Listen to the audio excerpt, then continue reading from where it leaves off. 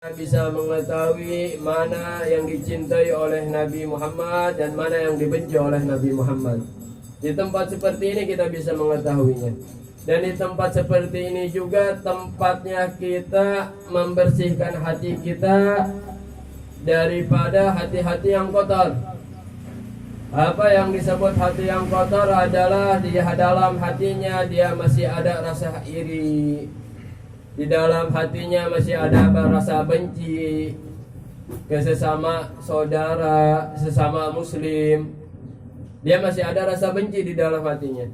Karena Allah Subhanahu wa taala paling benci kepada seseorang yang mana orang tersebut benci kepada saudara muslim. Apalagi Allah sampai melaknat seseorang yang mana orang tersebut memutuskan tali silaturahminya, tali hubungannya antara persaudaraan dia memutuskan. Itu Allah paling benci kepada makhluk atau hamba yang tersebut.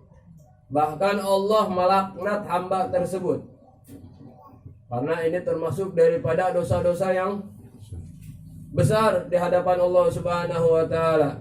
Tapi kita di majelis ilmu kita bisa mengetahui mana yang diajarkan oleh Nabi Muhammad SAW, ajaran persaudaraan, bagaimana cara bersaudara, bagaimana cara kita bersosialisasi di dalam kehidupan kita sehari-harinya. Kita bisa mengetahui semuanya itu di dalam majelis ilmu. Ada beberapa ulama berpendapat bahwasanya mengatakan majelis ilmu lebih afdal daripada majelis dzikir. Karena di majelis dzikir kita hanya dibersihkan hati kita, tapi di majelis ilmu kita dibersihkan hati kita, dan begitu juga bagaimana cara kita mendekatkan diri kepada Allah. Bahkan para ulama itu berpendapat seorang ahli ibadah yang ibadahnya 1000 tahun tanpa ilmu lebih afdal 2 rakaatnya seseorang itu yang berilmu. Apabila kita beribadah kepada Allah daripada cara-cara sholat kita di hadapan Allah, memakai wudu. Di dalam wudu ada fardu-fardunya wudu, ada tertib-tertibnya wudu. Kita harus mengetahui karena itu wajib bagi setiap orang muslim maupun muslimat. Itu wajib hukumnya. Tidak ada suatu alasan apapun untuk meninggalkan hal perkara sholat. Tidak ada alasan apapun untuk seseorang meninggalkan sholat. Maupun dia sedang sakaratul maut. Imam Ibn Hajar ngomong bahwasanya seseorang tidak diwajibkan sholat ketika seseorang si ruh di dalam jasadnya itu sudah mencapai tenggorokan. Itu orang tersebut sudah tidak diwajibkan untuk melakukan sholat. Itu karena pentingnya sholat di hadapan Allah. Karena sholat ini adalah suatu perkara yang mana perkara tersebut Allah Subhanahu wa taala memerintahkan langsung, berhadapan langsung, mengobrol langsung dengan Nabi Muhammad. Dan yang lainnya, amal haji ataupun zakat ataupun puasa itu Allah memerintahkannya di dalam Al-Qur'an. Akan tetapi sholat Allah mengizinkan Nabi Muhammad untuk berhadapan langsung dengan Allah. Di situ Nabi Muhammad berhadapan dengan Allah Subhanahu wa taala dengan tidak tertutup apapun. Makanya kalau kita seandainya dibandingkan dengan sendalnya Nabi Muhammad, itu lebih mulia sendalnya Nabi Muhammad. Dibandingkan dengan bajunya Nabi Muhammad, lebih mulia bajunya Nabi Muhammad. Sebab kenapa? Bajunya Nabi Muhammad pernah berhadapan langsung dengan Allah. Sedangkan kita hamba Allah yang diciptakan punya akal, akan tetapi masih melanggar, masih menantang kepada Allah. Makanya kita para ulama berpendapat bajunya Nabi Muhammad itu lebih afdol daripada seorang hamba maupun hamba tersebut ahli ibadah dan punya ilmu banyak, lebih afdol bajunya Nabi Muhammad. Karena Nabi Muhammad berhadapan langsung dengan Allah, wala syitrun wala hijab. Tidak ada suatu halangan apapun ataupun penutup apapun. Itu Nabi Muhammad berhadapan langsung dengan Allah secara mata. Dan bagaimana bentuknya Allah itu beda lagi halnya. Dan kita sebagai umat muslim, para ahli tauhid mengatakan jangan sampai kita berpikir bahwasanya Allah Subhanahu wa taala ini berbentuk seperti manusia. Berbentuk Allah ini berhadapan langsung ngobrol secara kita bagaimana umumnya manusia ngobrol. Itu berbeda. Apabila seseorang membayangkan di dalam pikirannya menurut ahli tauhid, apabila seseorang membayangkan di dalam pikirannya bahwasanya Allah Subhanahu wa taala berupa seperti manusia atau seperti apakah, hukumnya manusia tersebut yang membayangkannya kafir, telah keluar dari agama Islam. Karena banyak perkara-perkara di zaman sekarang yang mana dia melakukan kebiasaannya dia yang menurut dia bagus, padahal secara tidak langsung dia ini sudah keluar dari agama Islam. Sudah banyak sekarang yang saya lihat daripada pergaulannya maupun cara bicaranya itu sudah banyak. Karena para ulama ngomong bahwasanya bakal datang suatu zaman yang mana di zaman tersebut orang-orang tidak menyadari bahwasanya dia telah keluar daripada Islam. Kenapa sebabnya? Sebab seorang tersebut contohnya gini, saya mencari yang halal aja susah, apalagi mencari yang haram aja susah, apalagi yang halal. Ini kalau kita didalamin lagi dalam hukum Islam, itu sudah keluar daripada agama Islam. Hukumnya musyrik.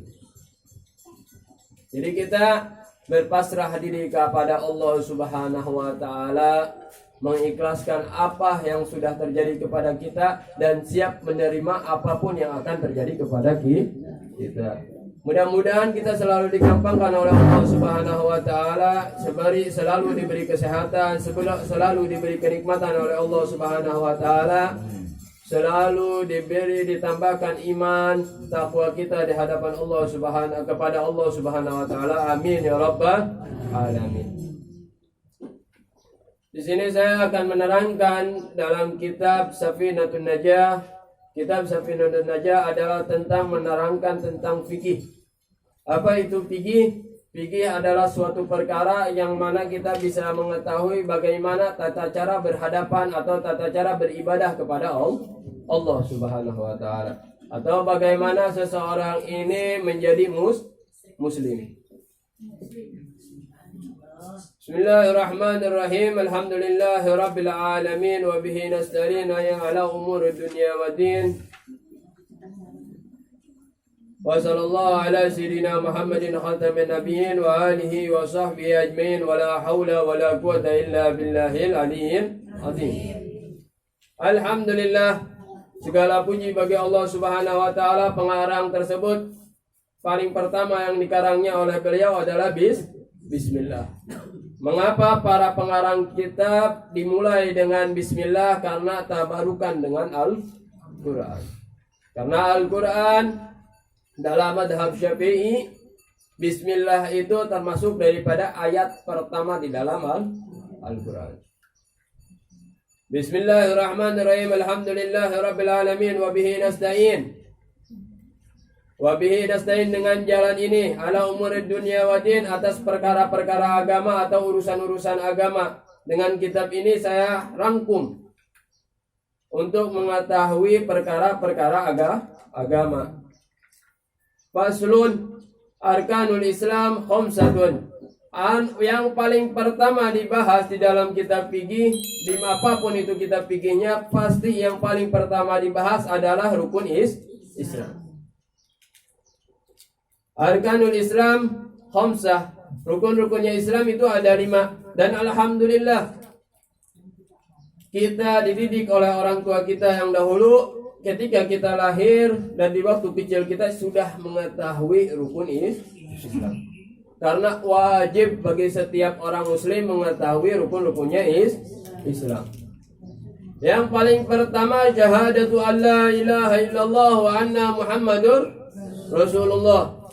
Yang paling pertama dalam Islam, tata cara dia beragama Islam, yang paling pertama dia harus mengucapkan 2 kalimat.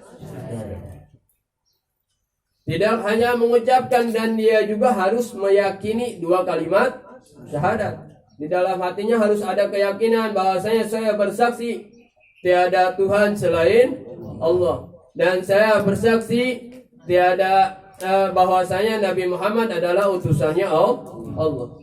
Itu kita harus meyakini. Kalau kita meyakini semua perkara asyhadu an la ilaha illallah, berarti itu maknanya panjang. Karena kita harus percaya kepada Allah Subhanahu wa taala, kita harus menerima apa yang telah diberikan oleh Allah Subhanahu wa taala tentang kehidupan kita. Punya duit kah, enggak punya duit kah, itu dari Allah. Tapi Allah masih memberi saran, masih menggampangkan kita. Apabila kita tidak punya uang atau merasa dalam kesedihan, kebingungan di dalam keseharian kita masih bisa berdoa kepada Allah, meminta kepada Allah. Karena di umat-umat zaman Nabi sebelumnya, mereka ini apabila berdoa kepada Allah susah dikabulnya oleh Allah. Sebab kita digampangkan meminta doa kepada Allah. Itu semua doa yang dipinta oleh umatnya Nabi Muhammad SAW, itu doa semuanya dijabah oleh Allah. Apapun yang kita minta itu dijabah oleh Allah. Entah dijabah